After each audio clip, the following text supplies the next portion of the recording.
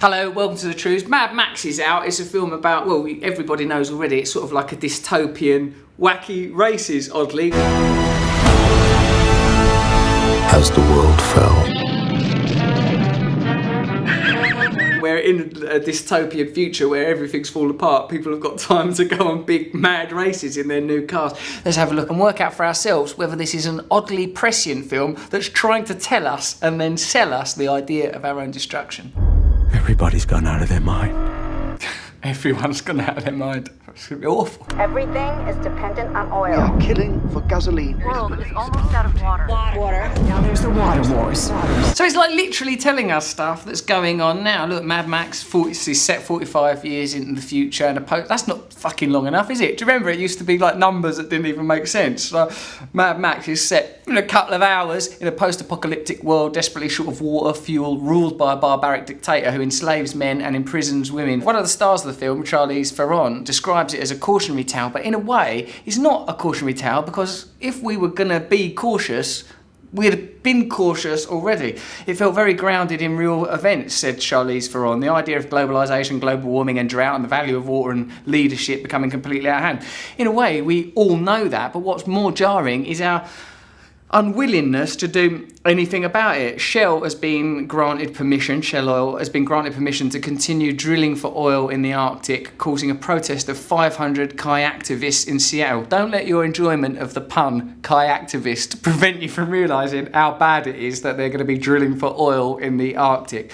A leaked internal document from Shell has acknowledged a global temperature rise of 4 centigrade, twice the level considered safe for the planet. So, like, Shell Oil literally know that what they're doing is destroying the planet, but they're unable to do anything about it. It must be that capitalism is as rigid and fundamentalist ideology as something like fundamentalist Christianity or fundamentalist Islam. Like, if you absolutely believe in Christianity, it's like, no, God created the world in 7 days. You know, you're not going to like betray those facts under any circumstance. You believe that sort of wholeheartedly.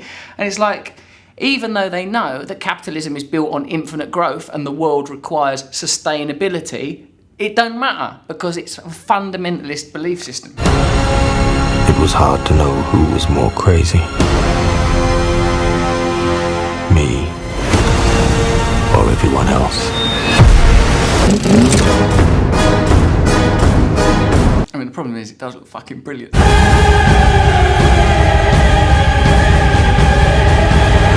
What it shows you is like it's much more easy to appreciate like visceral and immediate emotions like, oh bloody hell, this is exciting, rather than like sitting down and watching a tedious document about like, right, Shell will have revealed that it's gone up by 4 centigrade. Like, check out this. The United Nations Intergovernmental Panel on Climate Change warned the impacts of global warming are likely to be severe, pervasive and irreversible. That's terrible. Severe. It's not severe, is it? I'm afraid it is severe. Is it pervasive? Oh yeah, it's going to be everywhere. Fortunately though, we can reverse it, can we? No, it's irreversible. Oh no, we're literally fucked. On the same day, ExxonMobil said the world's climate policies are highly unlikely to stop it from selling fossil fuels far in the future. Because I suppose Exxon, they've had to go, bloody hell, they're not going to stop us doing this, are they? Oh, don't worry about that. Issuing a report on the risks that climate change policies could pose to the value of its assets and future profitability. There ain't no risks, they're fine until Mad Max becomes real, which will be alright because it looks bloody good fun. I want them back! They're my property! Like, think about our own lives. We're all participating in this. We're all like, I'm in the middle of London now. I'm aware of climate change. I'm not like, now I'm sat on my arse doing the TREWS, isn't it? I'm not actually directly doing anything about it. I'll probably go on a bike ride later. You know, it's sort of hard to deal with the reality of whether it's global Armageddon or personal Armageddon of my own impending death. At some point, you've got to have it, the catharsis of sitting and watching Mad Max help you deal with your unaddressed knowledge that the world is being destroyed and no one's doing anything about it. California is currently facing its worst drought in 1,200 years. Residents are being forced in, well, no, it wasn't, that was 2,000 years. But residents are being forced into restricting water usage dramatically. The poor are more affected than the rich, already a bit Mad Max. In LA, the most affluent neighbourhoods use up to 3 times more water than others. That's bad, isn't it? Like sort of like a fundamental thing like that. Nestle has possibly illegally increased their groundwater extraction by 19% over the past 5 years.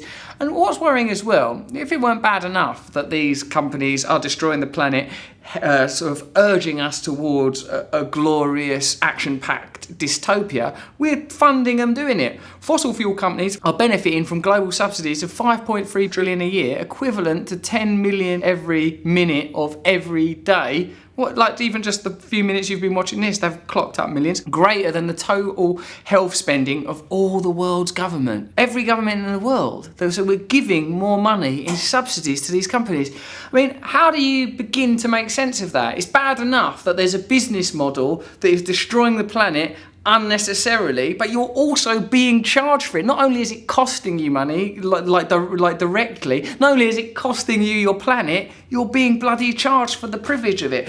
I suppose that's where you see the potency of capitalism, an ideology that posits you as an individual. You think only about your individual needs. You don't feel like me. I don't sort of think of myself as being part of a lineage of people stretching back through Hackney and Stepney and bottle washers and cobblers and all these kind of people reaching back to the dawn of time. I'm not thinking about, oh, then I'll have children who will begat children. We think of ourselves as individuals, possibly part of a family, and all of our tribal instincts become parcelled off and sold back to us. It's reached the point, this sense of disconnection, that we can watch apocalyptic visions and still not see it as a call to arms. You can sit down and watch Mad Max and go, it's quite good that. I enjoyed it.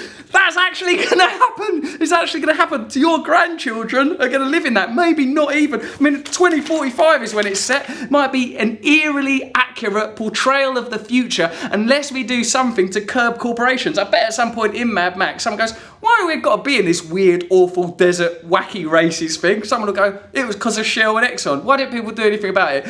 Ironically, they were too busy watching Mad Max. That's some true news. Subscribe here.